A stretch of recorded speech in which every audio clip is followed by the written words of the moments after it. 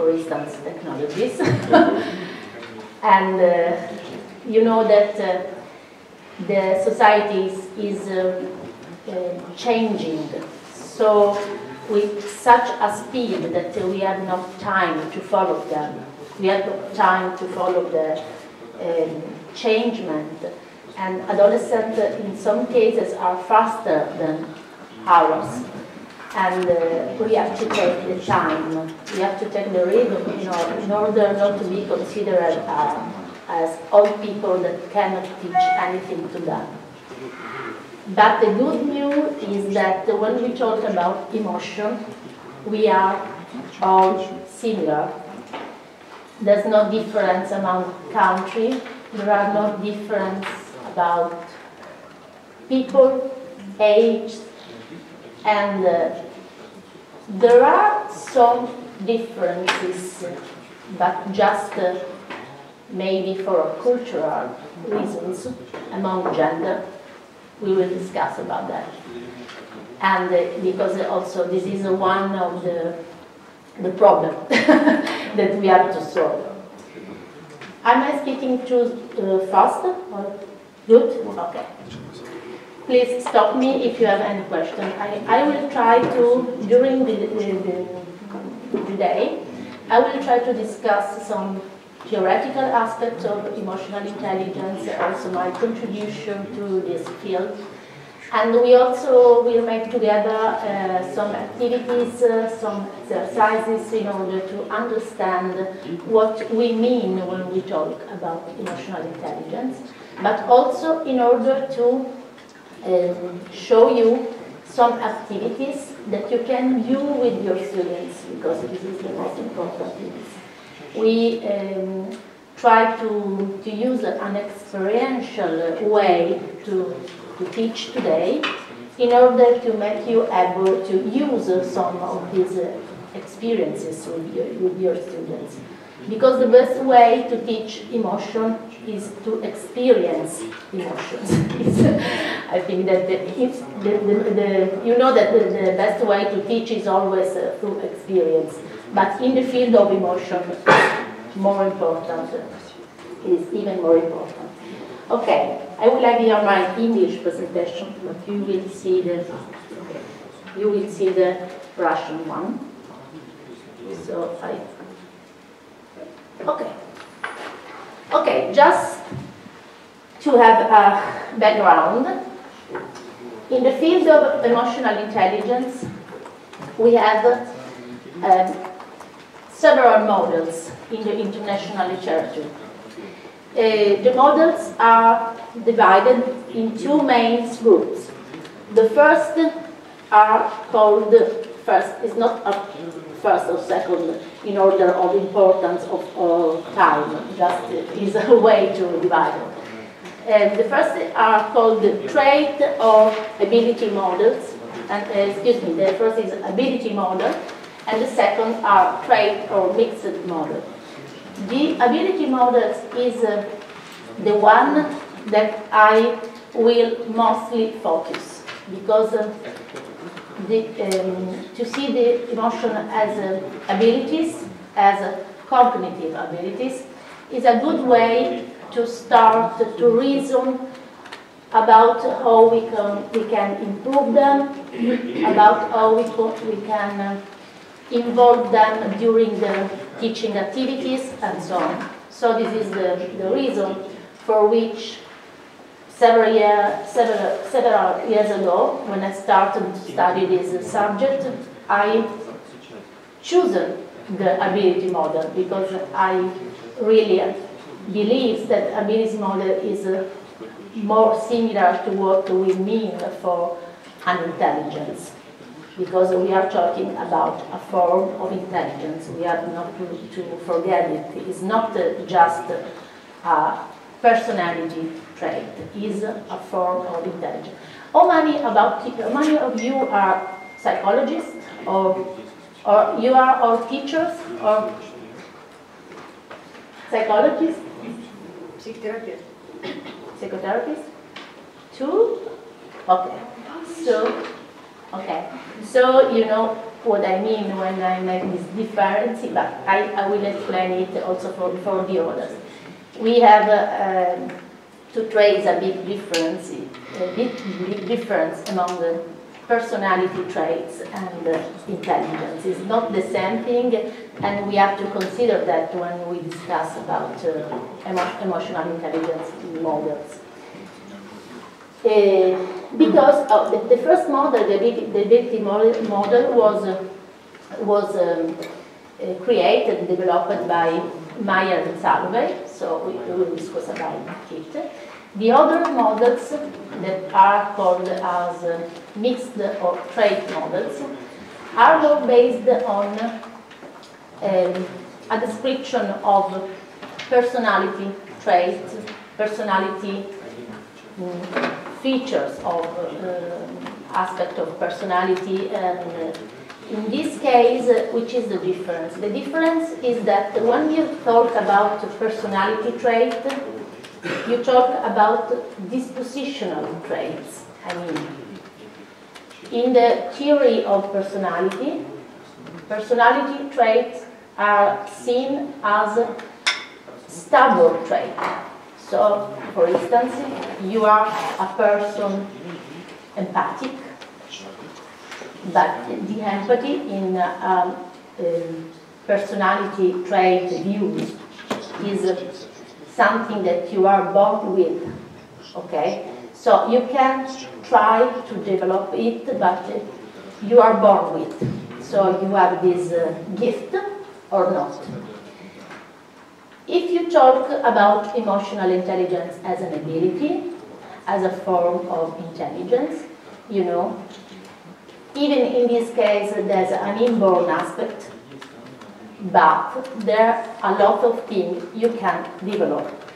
There's a lot of things you can improve.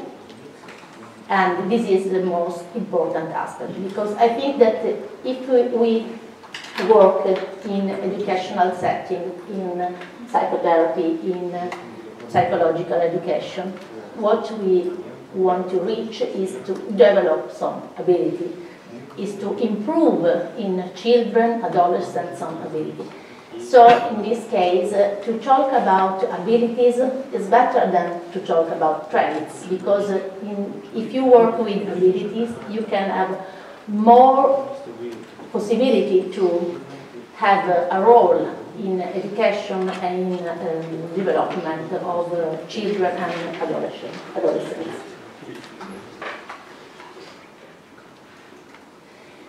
This is also important. This difference is also important because it is not only a theoretical distinction. It's a distinction only in a more under a more practical aspect. You know that in psychology we make a lot of we use a lot tests, self-report scales, and other psychometrical tools. Okay. Well, when you use a tool that is based on the ability model, and when you use a tool, a psychometrical tool that is based on trait model, you don't obtain the same results. So this is a very important aspect that we cannot ignore. I mean that, for instance, if I want to know the emotional intelligence level of pupils or adolescent boys, girls in a classroom, the tool that I use in order to measure this dimension change what I'm measuring, because the things I'm talking about are very different things. But again, this is not only a methodological problem, because I know that you can think, well, the most of you maybe can think, well, I'm not a psychologist, I'm not interested in psychometry, I'm not interested in knowing the level of emotional intelligence of my pupils. I just would like that they behave as they would. I just would like they learn, that they actually to their activities and so on.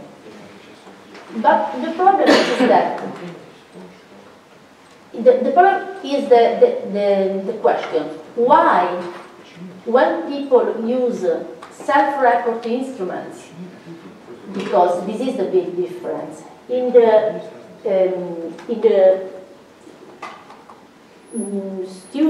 studies using trait models, usually are used self-report scales. So children are asked, children and adults, also adults and adolescents, are asked to rate their emotional intelligence level.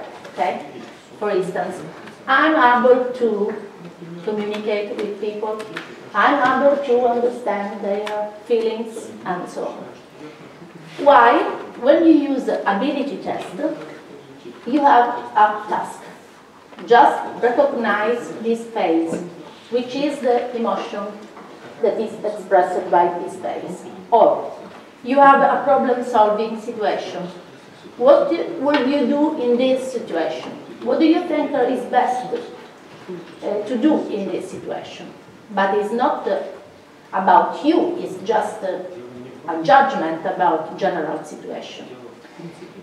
So my idea was that the discrepancy that you find among self-report and ability test is not only due to the theoretical guidance that maybe will be something that is more interesting for researchers like me or for people that study theoretical aspects of psychology.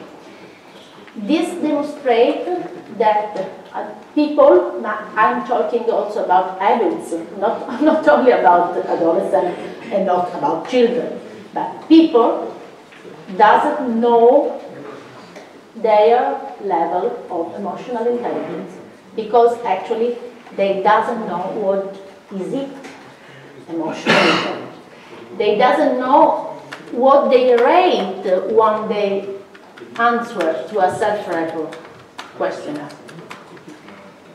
Because about emotion, we have a lot of misconceptions that have been culturally transmitted. For instance, we had a long tradition of separation among reason and feelings. Okay?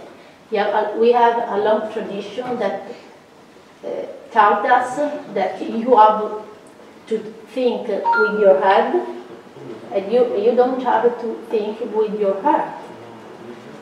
But it is true. Modern neuroscience demonstrated that this is not true because we don't have two brains, we only have one brain. And our brain receives information from all over the body, even from the heart. And these information are used in decision making. So when we think to reason with the head, actually we are reasoning with all the body, also with the heart. It's not a switch that we can decide to turn off or turn off. It's always like that. So the first step is to go over this distinction, and we are ready for that, but it is not really accepted in all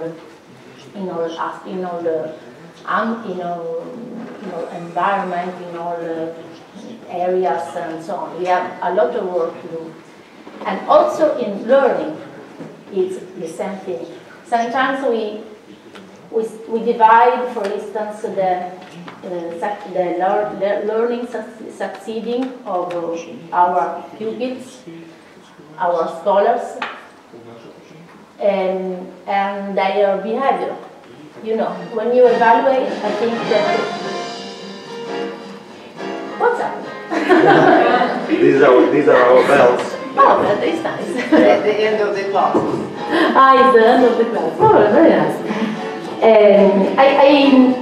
I suppose that in your school, as in the Italian school, I suppose that it's like that, you have different marks for literature, math, science, and also behavior. And we have the habit to separate all the things. But sometimes we also know that some pupils have a different behaviors with different teachers and with different subjects. For instance, you know that some guys behave better during the math classes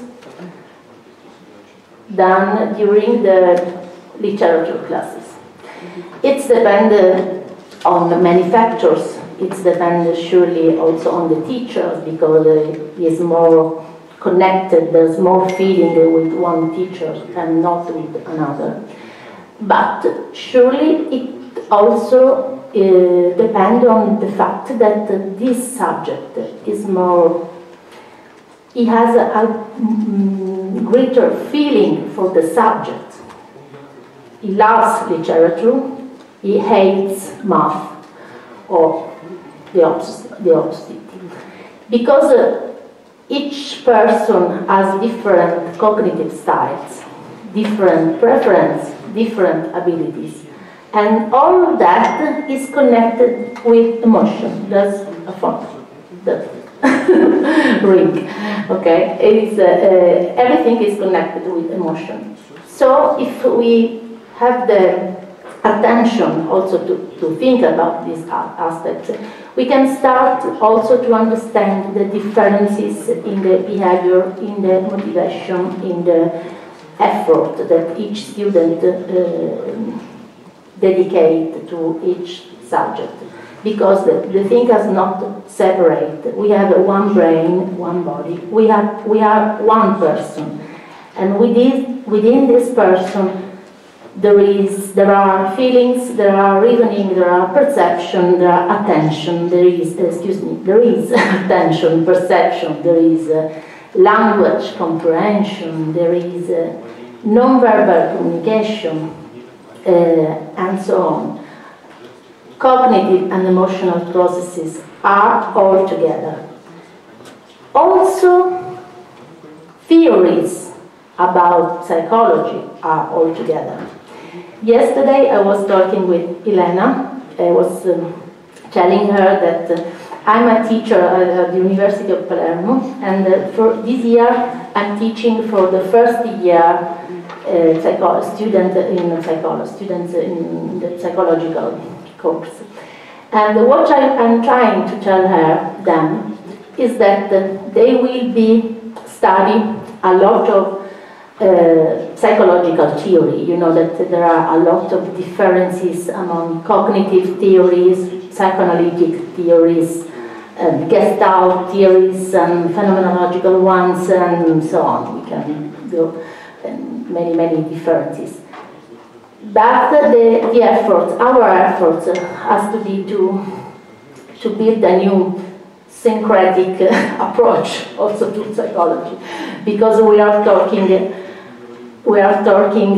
about the same person, the same brain, the same body. So we have to understand.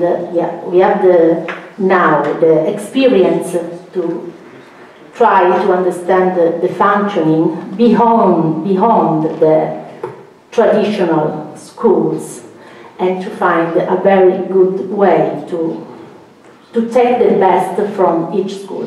For instance, when I explain memory, you know that we have a cognitive approach to memory. We have short-term memory, long-term memory, but you have a psychoanalytic approach about memory. Freud talked a lot about memory. Well, when you study in deep this aspect, you understand and you discover that Freud said the same things that today said neuroscientists, and that cognitive science in some aspect with different words said. So we have to go beyond. The emotional intelligence is a good way to put all these traditions together, because for the first time, we talk of emotion as cognitive processes, but it's not a way to reduce their importance or to make them cold. Because the good definition is emotional intelligence is the cognitive ability to elaborate hot information. Okay? So the difference could be among the type of information that you elaborate. If you have to reason about a maze, maybe it could be a cold information. You could just use a visual spatial reasoning or something like that. If you are reasoning about an hot information, you are using your emotional intelligence. But what is it, an hot information? An hot information could be to recognize the facial expression of emotion, could be to have a good relationship with others, but it could be also to solve a maze if by this solving test I have to affirm my value in a classroom. Okay? So this is a good example. I hope to be clear in explaining that. That could be a good example of what hot and cold information can meet together, and how we need emotions also in solving logical cold problems. Okay, do you have a question? Like the hot information, do you mean that it should be emotionally relevant and valuable at the moment? Yes. Okay. Okay. Good things. It's dependent on the way, on the situation that you are using for during the presentation of this task. Okay. So in this case, every task, even a perception task, attention task, memory task, or study literature or math or science, may be an emotional task because it depends from the other emotional value that you put in the task. It's for that for us it's so important to talk about emotional intelligence for learning, because it is not a separate aspect. It's not another side of the moon. It's the moon. It's the same side of the moon. They are all together. If you think about your past experience, I'm sure that you decided to be teachers or to be psychologists, or what do you choose for your life has been influenced from people that teach you. They didn't teach just subject. They teach way to study subject. They teach way to love subject. They were the emotional intelligence teachers. Maybe they didn't study they didn't have the emotional intelligence classes, but they, sometimes we can also self-empower on a bit. But now we have also the possibility to improve our ability to find tools, to find a way to have everything more simple to realize. So why not? Why not? And also because if we start with very young children, then we can also go very faster. Another important aspect of emotional intelligence is that we can use very simple activities, simple games that for children and for adolescents are not very difficult, are not very demanding from them. So we can start to build the culture of emotional intelligence in a simple way, and then they will be ready for going to more difficult, more deep aspects of their and the social emotion. But we will see about that later. Okay, what I said before is that the difference in self-report measure and I'm sorry. Okay, the differences among self-report measure and ability measure, in my view, don't depend on the theoretical models, but on the fact that the most of people don't know their emotional intelligence, and they don't know that because actually they don't know what is it, emotional intelligence. They don't know how to rate it. If you ask to a pupil, for instance, are you good in math? Are you good in Russian literature? Are you good in sports? He will self-describe, he or she will self-describe herself or himself using her results. Okay? A child will say, I'm good in math because I had a good mark in math. Okay? So actually, he will say, no, I'm good in math, but I have good results in math. His self-perception is based on the perception of others, of teachers. Okay? And the same thing is for all the other school subjects. Also for the sports. You are good to play tennis or volleyball or something else because you won. Not because you feel a sense of confidence in that. But how we can self-evaluate our emotion. We don't have feedback about our emotion. It's not the same. There's nobody that evaluates us under the aspect of emotion.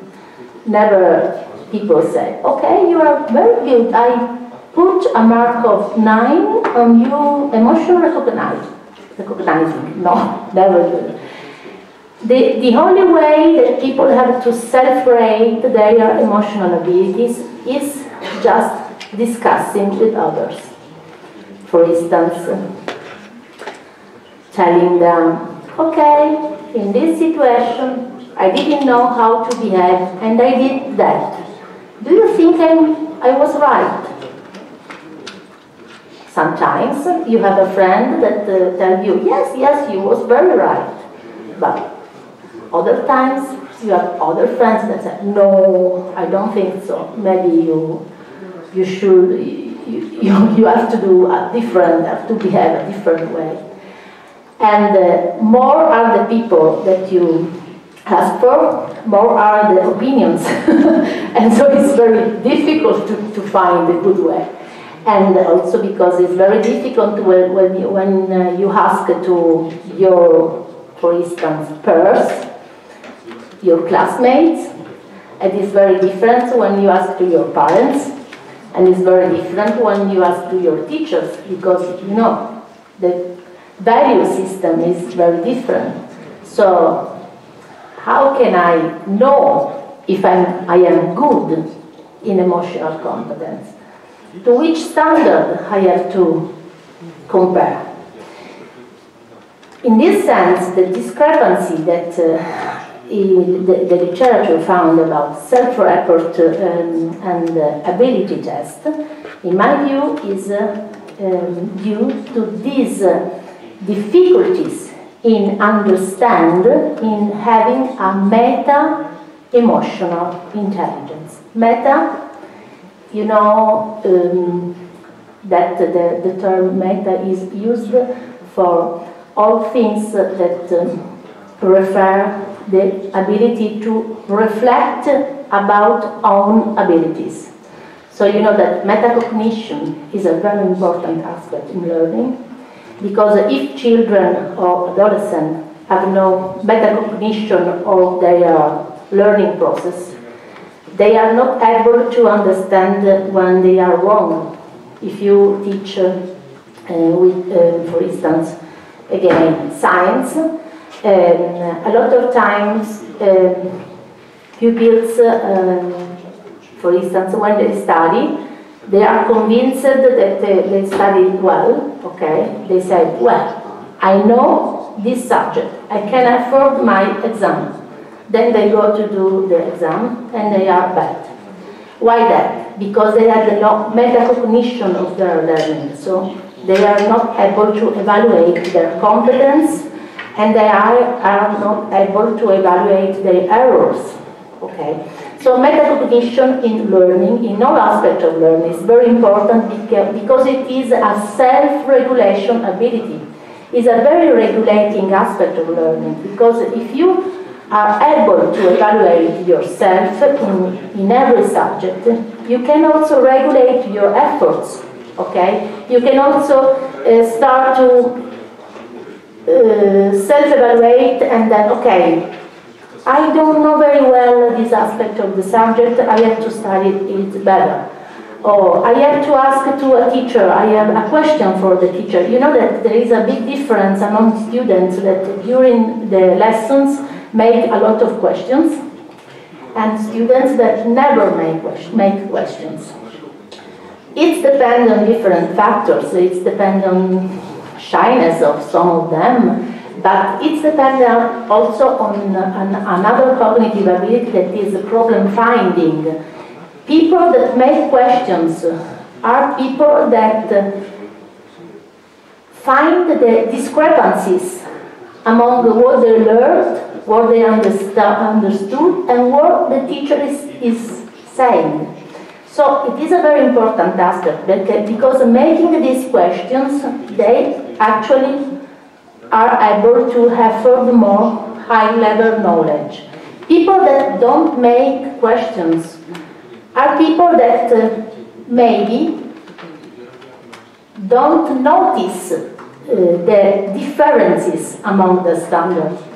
So they have not a really deep knowledge about that. So even for learning is about very good differences. So this is about metacognition for all the aspects of learning.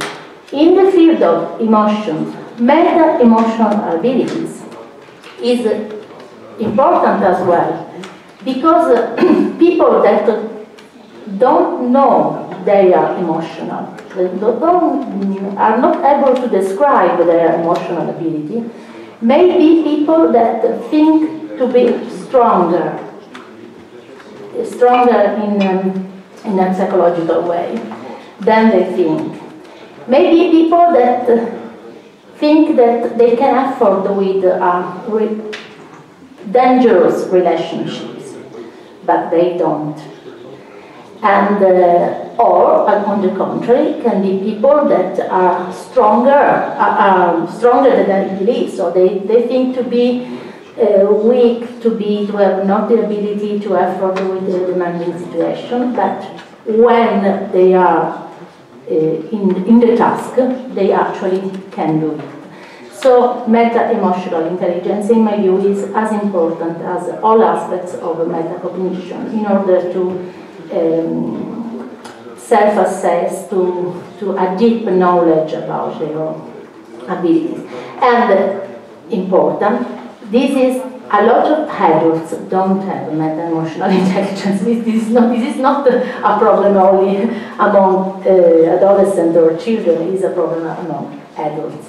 And we have to start also to know ourselves better.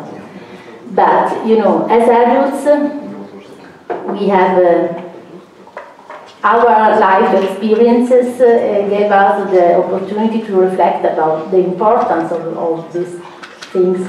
We have also the way to look at this aspect in a more deep way, using also techniques, for instance, psychotherapy or other aspects that are more involving and also demanding. But with children, emotional intelligence school may be realized through simple activity included during the learning activities that can be the basis for all higher activities that go more in depth in order to develop emotional competencies. Please stop me if something is not clear or if you want to have a stop. This is what I mean.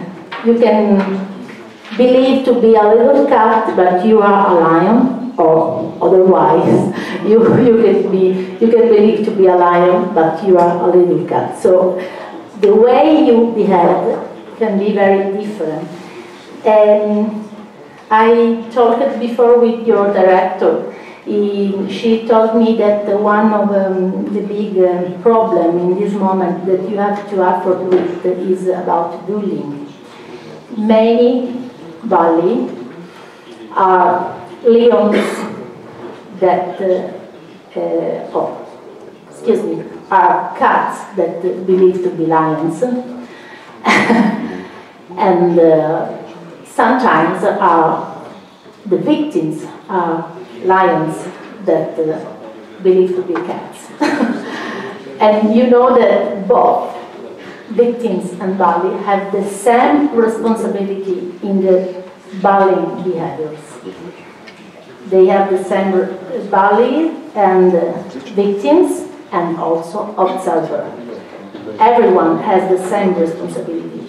So in this way, if we talk about their emotional competencies, because it's not necessarily true that, for instance, bullies have low emotional intelligence. It's not necessarily true.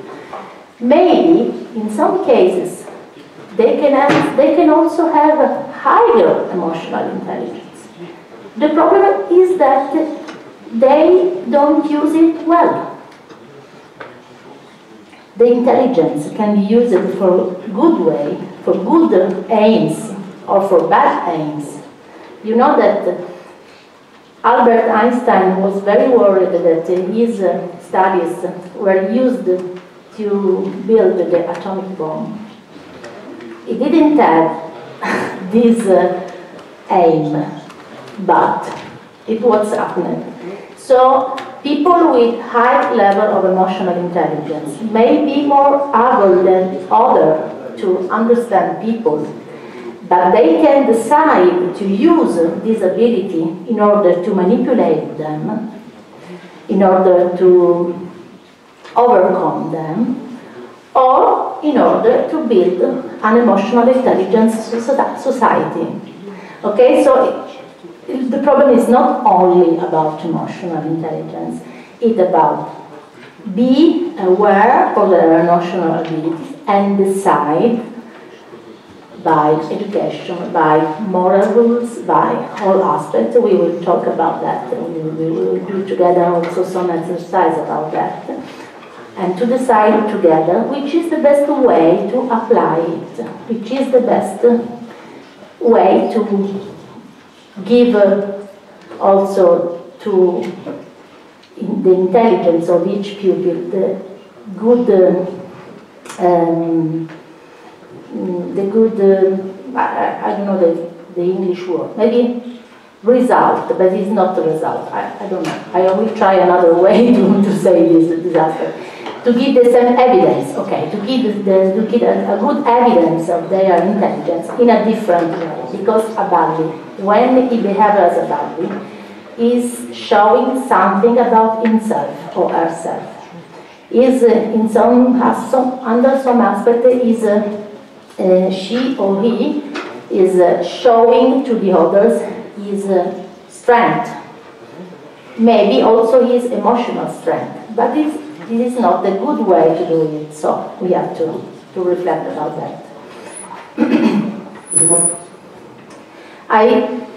For measurement emotional intelligence, I realized in Italy a tool that is a test that is composed both of self-report and ability test. So I can compare as a measure and build an emotional profile. Maybe in the next year we will also have a Russian version of this test. I don't know. We'll see that. And another aspect of this test is that you see, you can measure, I don't understand anything, but you can measure also beliefs about emotion. Not all, you can measure self-concept about emotion, so the self-evaluation I talked about before. You can measure the ability about in solving emotional tasks.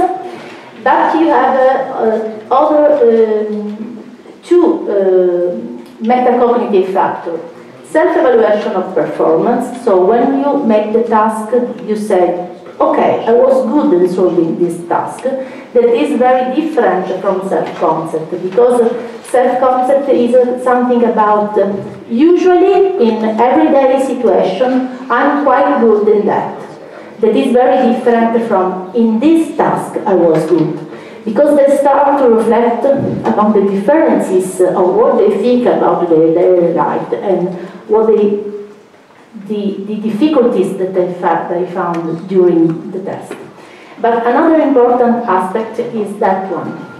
Now we can also try, because we have a Russian version of the belief scale and self-concept scale, so we can just to reflect, start to reflect together. And in the belief scales, we explore beliefs about emotion. What I mean when I say beliefs. For instance, beliefs about what are emotional information.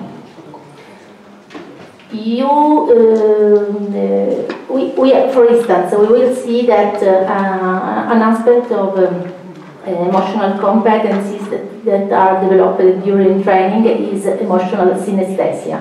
What is it, emotional synesthesia? Is all the emotional value of arts, colors, pictures, and sounds, music, environment, smell, taste, touch, everything. We are full of information all the time. A lot of information arrive to our sense, and each of them has an emotional value. But sometimes we don't pay enough attention to that. So for instance, if you are in a good environment, if you are at a good level of light, if you don't feel hot or too warm, if you are not hungry, if you are not tired in this situation, you learn well than in another situation. But even this aspect is not sometimes is not considered when we talk about learning, and this is another aspect that is very, very important, and that we used, for instance, for teaching arts, because it's not useful at all to teaching. There are teachings of arts here. Who is it? Ah, okay. If you know that the best way to teach arts to adolescents is to emotion them. Okay? If they don't feel any emotion in looking at a painting, if they don't feel any emotion in looking at stuff or buildings, if they don't feel the emotion that the artist felt when he created the picture, the paint, okay, they will start art, just another thing to do, another thing to do. they will study the biography of authors as another thing to do. If they will develop the ability to understand the feelings that the painters felt during the realization of his opera, it would be another way to study art. But it is not only for art, it's for all. It's for literature, poetry, and so on. But it's also for science. If you know the personal aspect of the scientist, when they discovered an important new theory, when they developed an important new theory, if you feel our feelings, this is what we mean when we talk about the capacity to empathize with the others. This is the aspect of empathy inside emotional intelligence, because the emotional intelligence model is a very big one, models, and empathy is a very important aspect of emotional intelligence. It is just one aspect because we have also an important aspect, but one of these is empathy. We will talk about it because it is very important, for instance, for bullying, for the building of moral rules. One of the aspects we will talk about later is about perspective taking, that is the ability to take the perspective of others in understanding situation, in behavior, and it is the focus of empathy. And it is one of the aspects, one of the most important aspects of emotional intelligence. So the beliefs can be about, I think that paintings can transmit emotion. Maybe sometimes people, they know that, but they never reflect about that. They never reflect about the fact that if I want to feel better, I have to change the colors of my walls. They never reflect about the fact that if I want to feel better, I have to light on the light, switch on the light. Or I have to change my dress because it's a stressing dress. Or that I have to change the colors of my hairs. Women do that, know that. Women, but now even a lot of men are starting to, to consider that. But we live in a world of emotion, and the emotions are in all these sensations. So we have to start to be aware of that and to use that, because this is the good way to start to use our emotions, not to fight with them. This is the most important aspect of emotional intelligence. You have not to fight with our emotion, you have to use them. They can empower you. They are not the enemy, they are the friend. And we have to know them, we have to be more connected with them. They have to be our best friends. And you know, sometimes with a friend you can have a problem. Sometimes with a friend you can also have a fight. But he will be always your best friend for all your life. In the case of emotion, you cannot separate from this friend, so it's better to be connected. I'm sure that it's better to be connected.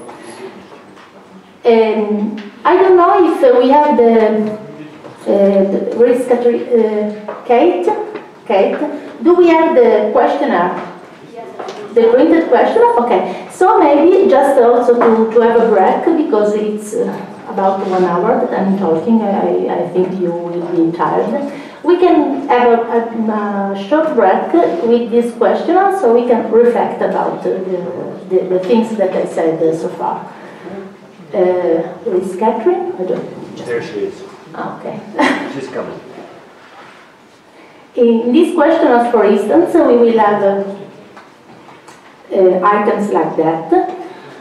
Only positive emotion help to cope with life, or evaluating the situation, it is possible to find the best way of behaving with others, and so on. But now I would like that each of you reflect individually on these questions, and then we can discuss them together. So it's a more practical way to reason about these things. Okay, you have a question for why you're printing that? You need 5 minutes, so I go on. Okay. Okay. You also have. You will also have the possibility to reason about the self-concept about emotion scale. It is a self-report that asks you some aspect of your emotional abilities. Actually, we don't have time and opportunity to make the ability test, also because this ability test is for adolescents, it's not for you. You know that an ability test was published by Meyer and Salovey. Do you have the Russian version or the Miskit? No. Do you have the Russian version of the Miskit by Meyer and Salovey? Okay, so if you want to know better your emotional intelligence, you can ask it to Elena in order to have the Miskit, because this test is for adolescents. It is for people from 11 to 18 years old. And just to show you, when we write for the copies, you have an important thing is that when we use the ability test that is based on, for instance, recognition of faces. So, for instance,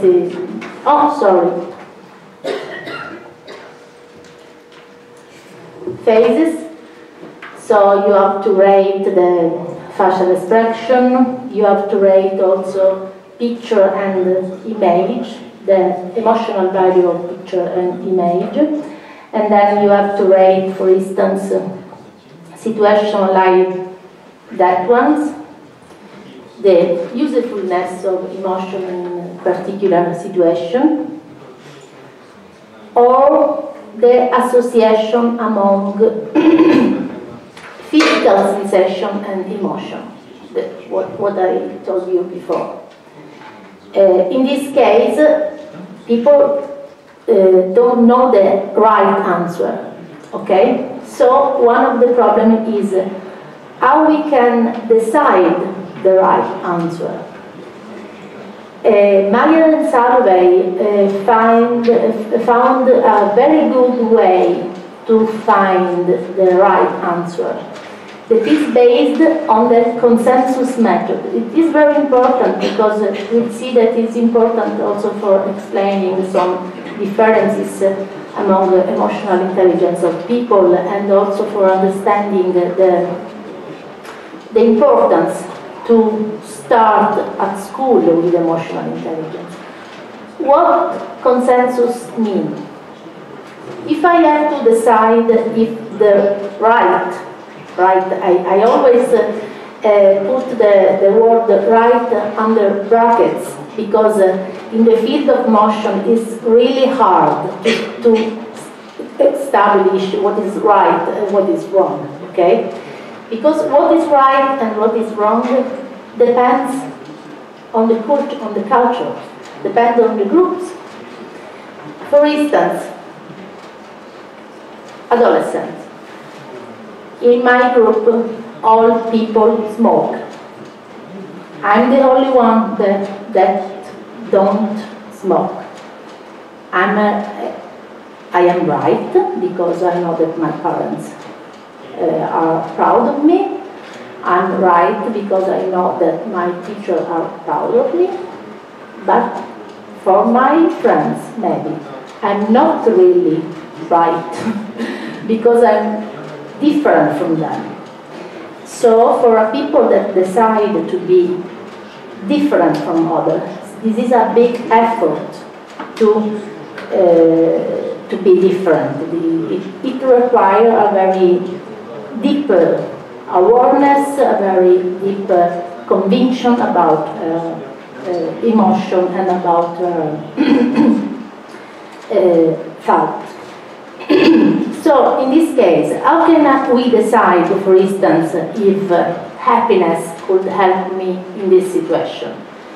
It's not me, it's not the expert that decides that.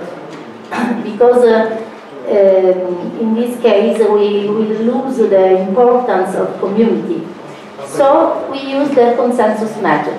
The consensus method means that, for instance, I have 1,000 people that completed the test, and in 1,000 people that completed the test, the 70% choose happiness. Okay? In this case, the score of happiness is 0.70. So, for instance, the 5% choose anticipation or anger. The score of anger will be 0.05. In this way, we can also control and pound the cultural differences. Okay, the situation in which in one culture the meanings of happiness is slightly different from another culture. And in this way, you also can consider how people are synchronized with others. Because I can be convinced that one emotion is the right one in one situation, but if other people don't agree with me, I will feel as a different people. I cannot feel as very integrated with other people. So in some cases it's very important to use the consensus method in order to understand what the other people think about this emotion, how the other people feel about this emotion. Because we think that it is a simple knowledge. Oh, I know that if you offend something, you will feel sad. Okay, but there are very big differences among persons, among situations. So it's not so clear in every situation that the feelings will be exactly that. To reason about consensus is a way to understand others. And again, for instance, in comprehension. This is a very important aspect. I'm sure that your students, as students all over the world, in Italy as well, have a very poor lexicon. I don't know if it is the case, but for instance, in Italy, in this period, we are really worried about the fact that the use of technology and the visual way to transmit information resulted in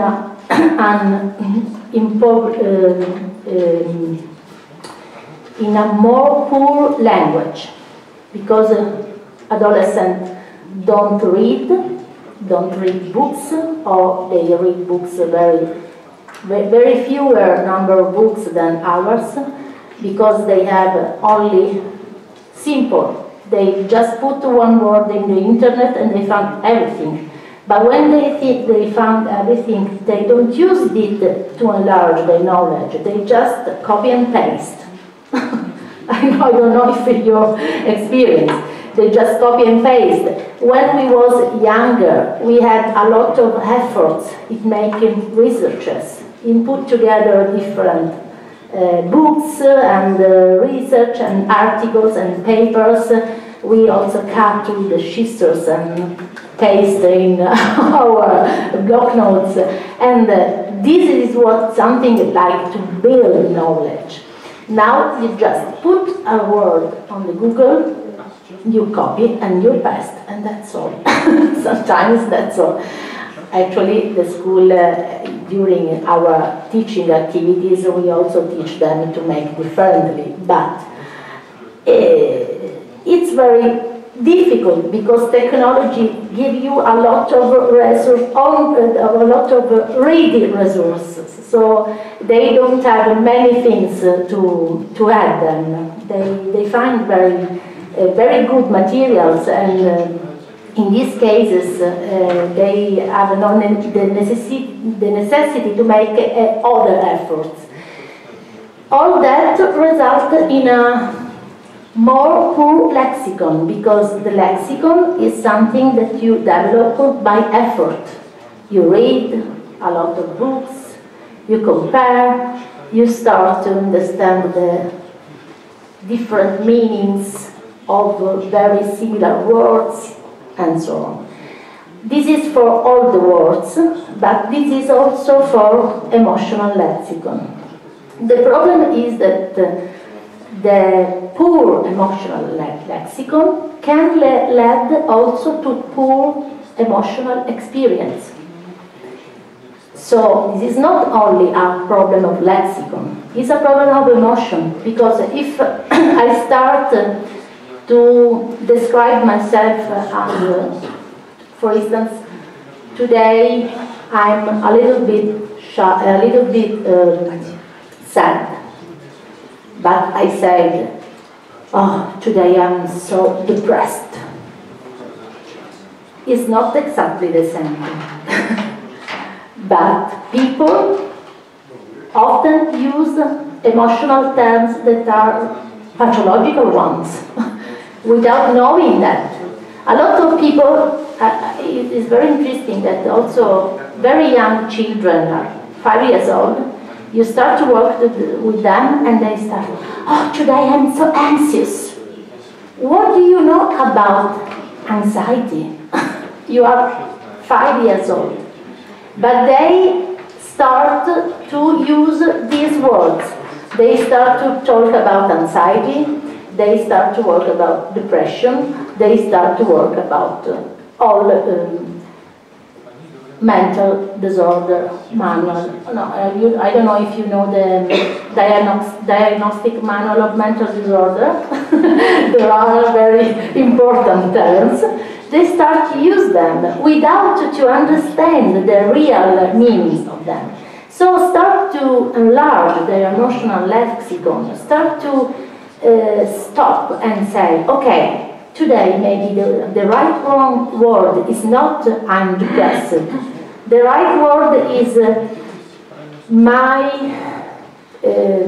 feelings are not very good. I feel low energy in my body. Maybe I'm a little bit, I would like to sleep a little bit more. Maybe I'm hungry. So to start to reflect about all the aspects of the emotion, find the right words and enlarge our emotional lexicon and our emotional experience. Because by changing the lexicon, you change the experience and you reach your inner state in this way. So to talk about emotional lexicon is not only exercise for psychologists or for people that want to know a theoretical model. It's something that is very important for daily life. The last thing, and then we stop for the activity, is the management of emotion. In this case, for instance, there are sorry, I always forget to change the other one.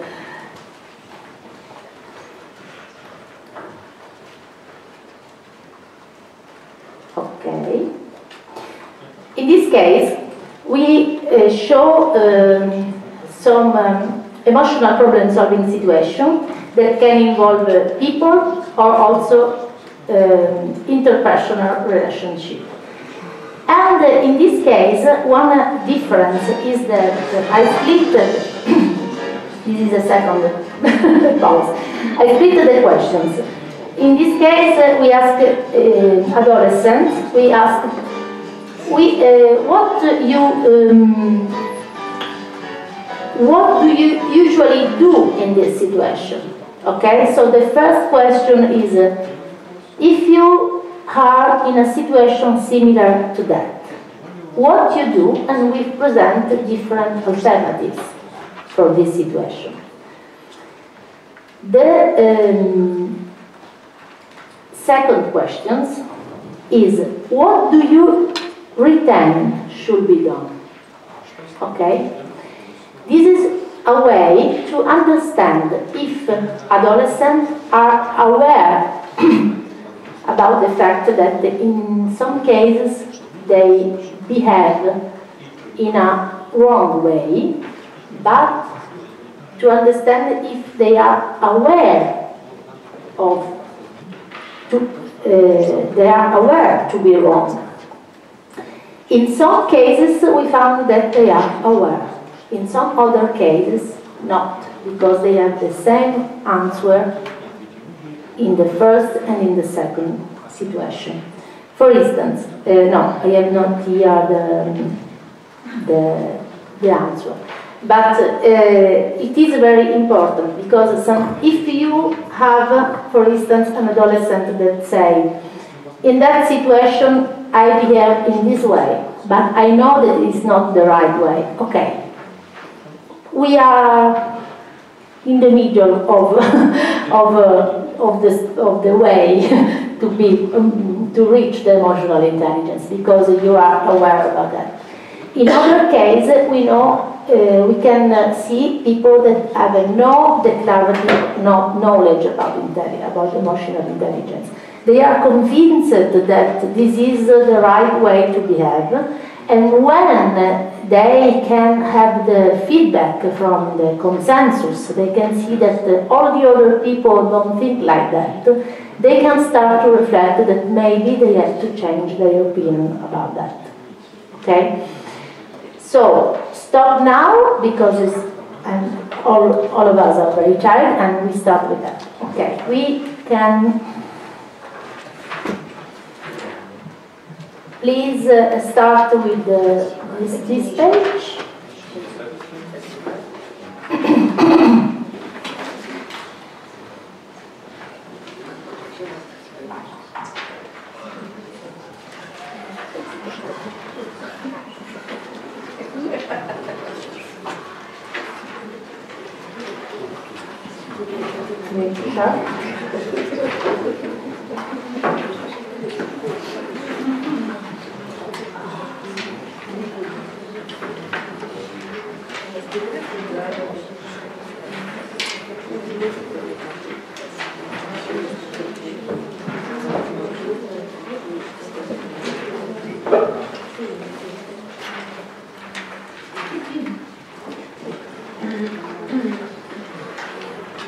I don't know, maybe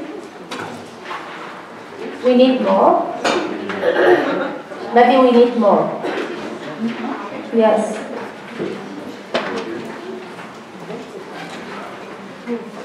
How many people are? Ah, okay. I don't know, okay. I didn't see that one. Okay. We have. You already have? Please, shut.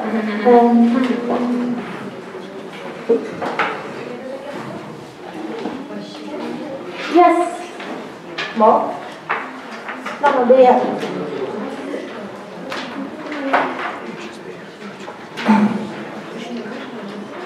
Maybe it's better. You have one as well.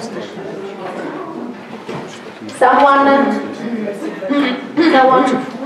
Okay.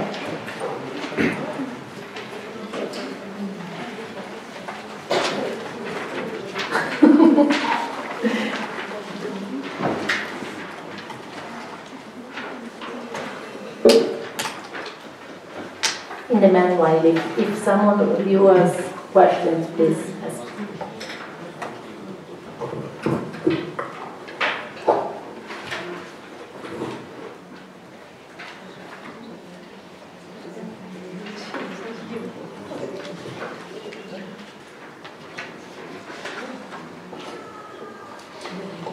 Please start with the CA questionnaire, where you see CA, CE, non-CME, okay? CME for a second. Questions about I have a question about number 6.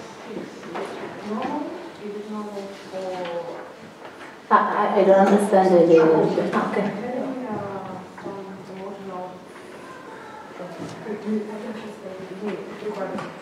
We can discuss all together when you finish. Put a...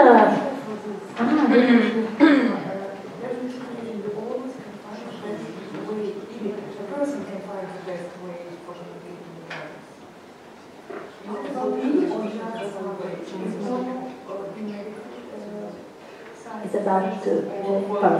It's not about you, it's about person. Yes.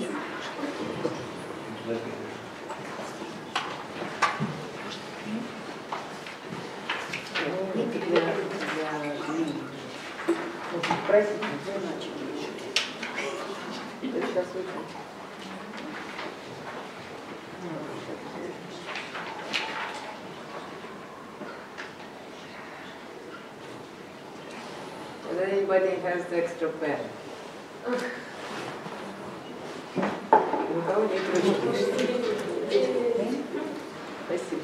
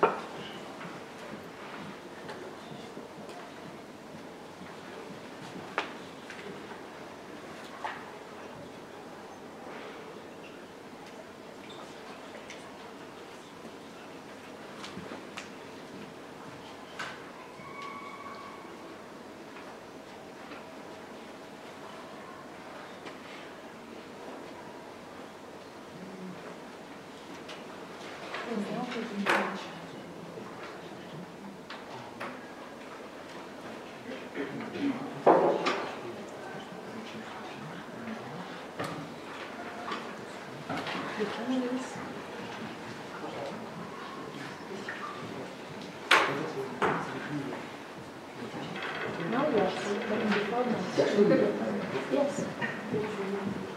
So maybe you want to go far?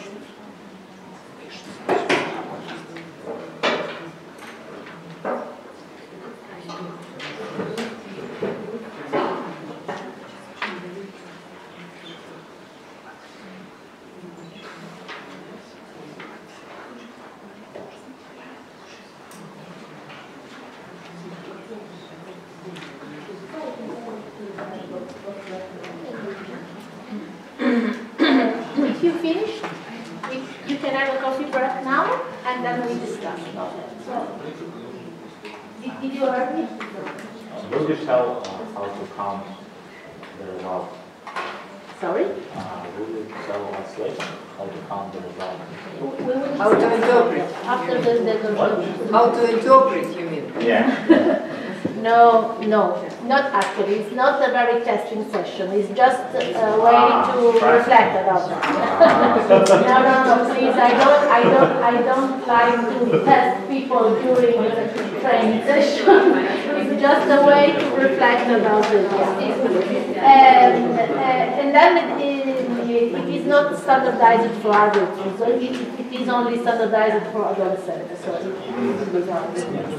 And you can have a coffee break now, and after the coffee we can discuss more.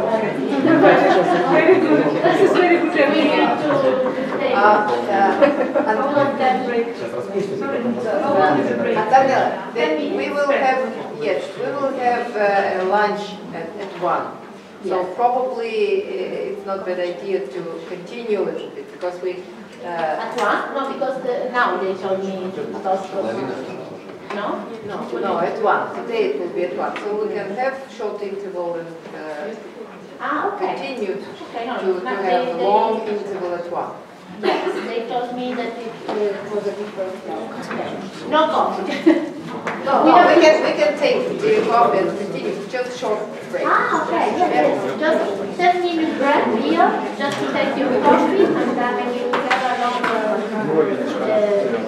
break for lunch.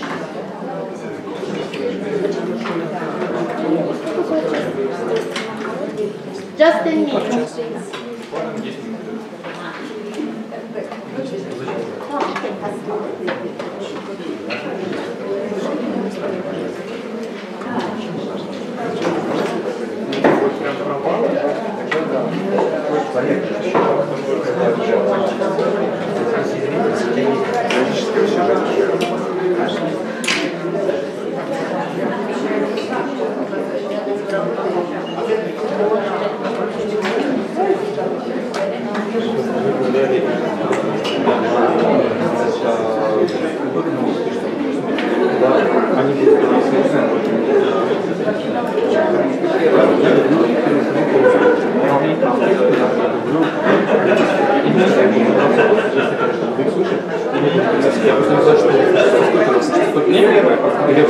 Нет, первый, если нужно, я переключусь.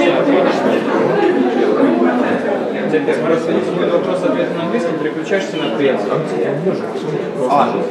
есть вы либо слушаете первый в зале, либо слушаете ее. У меня пишется фон, и пишем прямой видео. Отлично, я знаю, я ничего не сказал.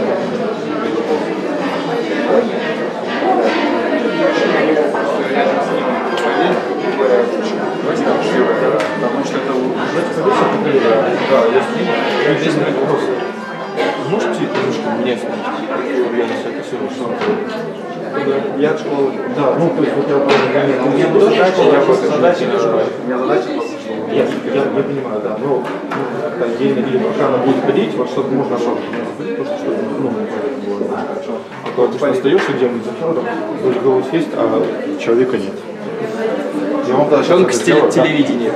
Ну да, есть такое, но все равно, когда тебя спрашивают, как бы, а где ты работал, есть что показать? Это как бы нет ничего показать, потому что вот сказал и ушло. Когда письма что-то переводишь, там же есть, остается, ты можешь показать. Когда устно переводишь, если записывают, хорошо. А если не записывают, она просто вот сказал и нет больше ничего. Поэтому такой момент. Это, наверное, просто низкое качество вот этого устройства, да, которое... А это вся такая запись или некоторые нормальные? Это вообще Найти другой. Когда включаешь этот микрофон, он начинает фонить у тебя с двух сторон, как магниты, представь, подруга толкается. Так здесь такая же система. У него есть третий резонансный микрофон, который мешает тебе слышать ее. Хорошо, давай тогда сделаем у нее микрофон. Вы сейчас ее микрофон, чтобы не пишете, потому что она уже говорит, и... Я не понимаю, как пишется вообще.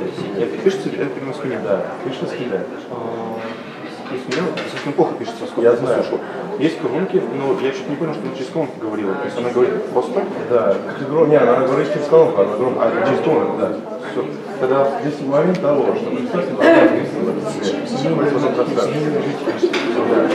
сейчас, потом, если вы не знаете, сейчас вопрос именно по записи. Нужно, короче, именно определенный момент того, что влияет на твой голос. Потому что в разные моменты он работает по-разному. Давай попробуем то, что вы... Да, давай. Моментами, когда ты взял, что-то ходил, как-то, ну, да, зашлупал там. Давай уже попробуем вот тот микрофон. Ну, вот, я вам на рекорд сейчас поставлю, хорошо? Так, а нужно ли мне вот это сейчас? Я подумаю. Попробуй вот это, пожалуйста, поговорите. Он сейчас послушает тебя. Ага. Да, не слушаешь его. Не, просто свой микрофон не снимай. Просто вот эта сессия, она ужасная, на мой взгляд. Ой, конечно. Я слышу, как говорится, я говорю, резонанс не работает микрофоном. Потому что у него свой, и еще третий идет. Сейчас. Проверьте связь, давайте проверим. Давайте. Пока еще не учили, да?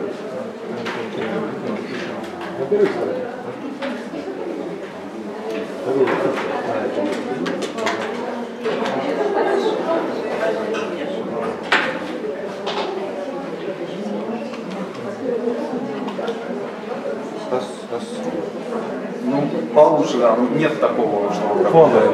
Нам же второй был выключен. Найдите второй. Да, мне нравится. Лучше, намного лучше. Потому что первый сосед.